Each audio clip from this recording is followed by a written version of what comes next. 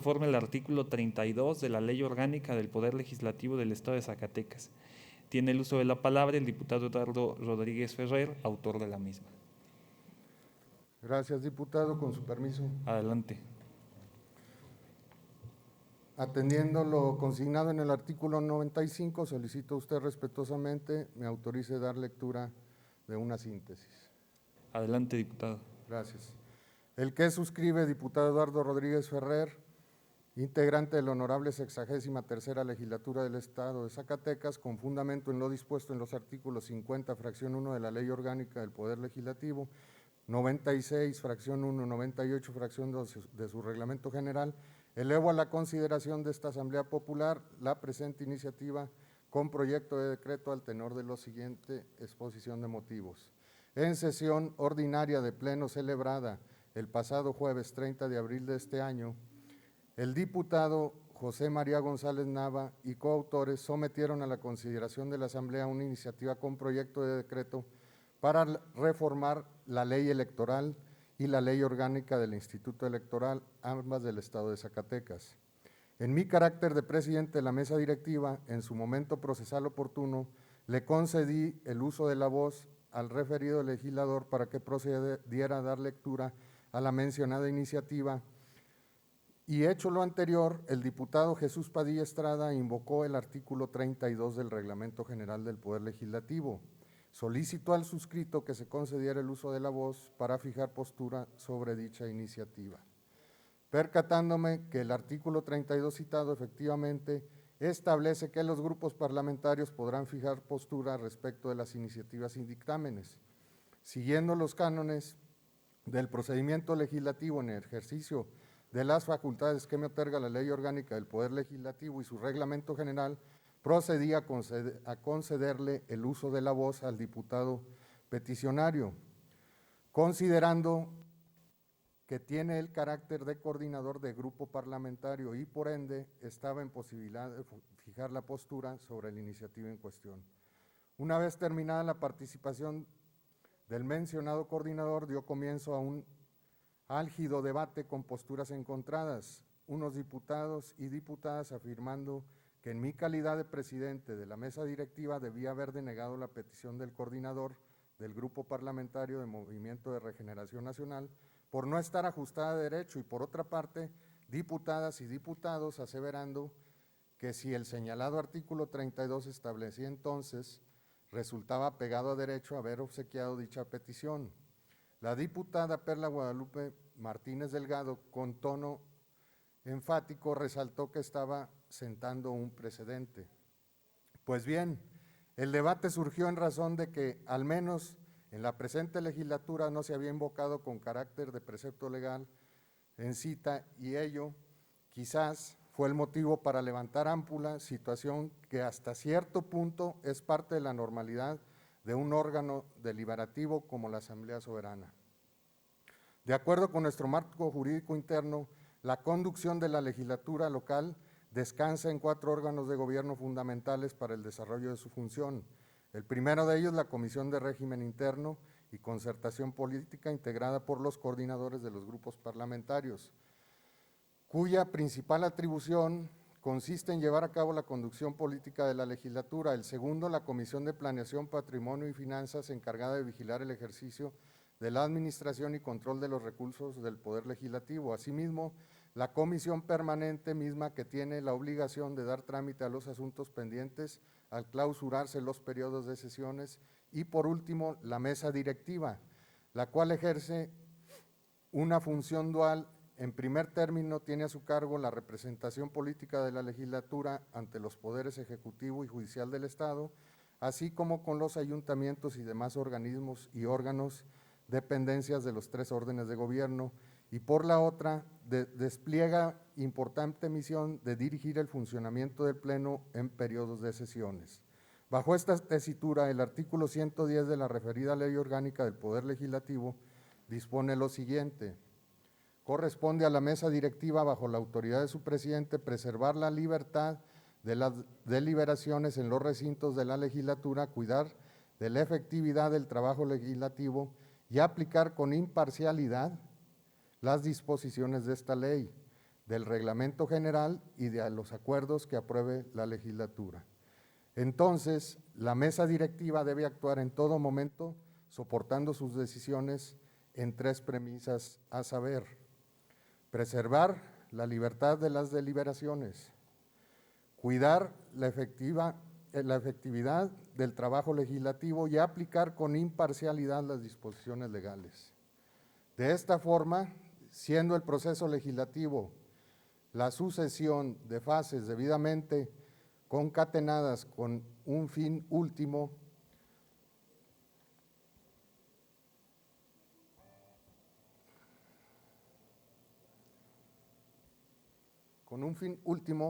crear leyes que tendrán efectos generales en la sociedad. Cada fase o etapa debe desarrollarse con minucioso cuidado y sin alejarse del marco jurídico de la actuación para evitar que el producto final esté afectado de nulidad. En relación con lo antes aseverado, el artículo 47 de la precitada ley orgánica señala que el procedimiento legislativo tiene como objeto la creación o supresión de normas jurídicas. Será ordinario cuando se refiera a la reforma, adición, derogación, abrogación o creación de una ley, de un decreto o de un acuerdo. Se denomina procedimiento para la reforma constitucional cuando se trata de reformas a la Constitución Federal o a la propia del Estado. La voluntad del Poder Legislativo se manifiesta mediante decreto legalmente aprobado por la legislatura. Regresando al centro de la discusión que dio origen a la petición del diputado Jesús Padilla Estrada, consistente en que, de acuerdo a lo previsto en el artículo 32 de nuestro reglamento general, los grupos parlamentarios podrán fijar su postura respecto de las iniciativas, podemos afirmar sin reservas que el sentido de la norma es claro y pudiéramos entrar en la disyuntiva que cuando la ley es clara no admite interpretación, siendo que ésta no se agota en la literalidad del texto. Sin embargo, no podemos soslayar que la legislatura, como otros órganos deliberativos, tienen al debate como parte de su esencia misma y éste se alimenta de aquellas visiones, principios y plataformas que por razón natural son divergentes. No tendría razón de conformar un cuerpo deliberativo con una visión única, porque simplemente no deliberaría. Por ello, nuestro marco jurídico interno debe tener tal nivel de claridad que no permita dudas o suspicacias o cualquier resquicio en la norma habrá paso a la ilegalidad. Con toda humildad afirmo que la conducción de las sesiones representa una actividad compleja, porque en el acto, o como coloquialmente se dice, a bote pronto debe resolver sobre determinación, situación y por la misma dinámica de las sesiones, el presidente en ocasiones no cuenta con el tiempo suficiente para analizar con todo detenimiento si procede a obsequiar o denegar una petición, cuestión que solo es característica de la legislatura, no es solo característica de la legislatura, sino de todos los cuerpos deliberativos. Entonces, si procedemos al análisis minucioso sobre el artículo 32 del Reglamento General, mismo que dio origen a la discusión en la pasada sesión ordinaria, podemos encontrar que su teleología se refiere a los grupos parlamentarios que fijarán su postura de las iniciativas y dictámenes y que realmente esa es la esencia de dichos grupos. Lo anterior, como se afirma en el artículo 41 de la Ley Orgánica del Poder Legislativo, el cual dispone que los grupos parlamentarios son las formas de organización que deberán adoptar los diputados con igual partido político a efecto de garantizar la libre expresión de las corrientes ideológicas representadas en la legislatura.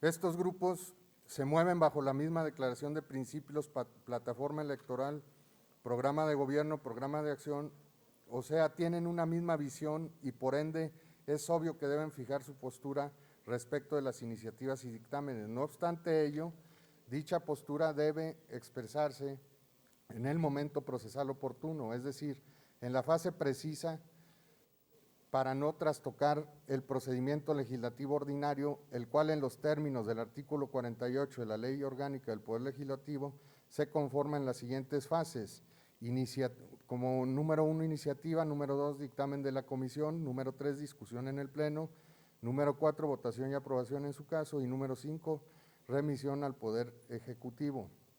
En este sentido, y de acuerdo a las fases en mención, la postura sobre las iniciativas pudieran exteriorizarse en el análisis y discusión ante las comisiones, en la discusión y votación ante el Pleno, o bien en la discusión de voto particular o reserva de los determinados preceptos legales. Y quizá ya en el análisis exhaustivo no debe realizarse en la presentación o lectura de la iniciativa ante el Pleno, porque se trastoca el derecho de la iniciativa del promovente, porque al emitir en una fase su postura a un determinado grupo parlamentario, a priori ya sentenció a favor o en contra, postura que por su naturaleza debe manifestarse en la fase respectiva. No perdamos de vista que la iniciativa solo es un acto que se pone en marcha tal procedimiento, propiciando la secuencia de las varias etapas, siendo uno de ellos, obviamente, el debate. En este orden de ideas se propone reformar precitado artículo 32 de la Ley Orgánica del Poder Legislativo en vigor, con la finalidad de precisar que los grupos parlamentarios y los diputados sin partido e independientes en el momento procesal oportuno fijen su postura respecto de las iniciativas y dictámenes. Con ello evitaremos dejar a la interpretación el sentido del mencionado numeral. Al mismo tiempo, evitaremos que dicha postura solo sea manifestada por grupos parlamentarios en detrimento de derechos de las demás diputadas y diputados. Por lo anteriormente expuesto y fundado, elevo a la consideración de la Asamblea la presente iniciativa con proyecto de decreto, mediante la cual se reforma el artículo 32 de la Ley Orgánica del Poder Legislativo del Estado de Zacatecas. El presente decreto entrará en vigor el día siguiente de su publicación en el Diario Oficial, órgano de gobierno del Estado. Es cuanto, diputado.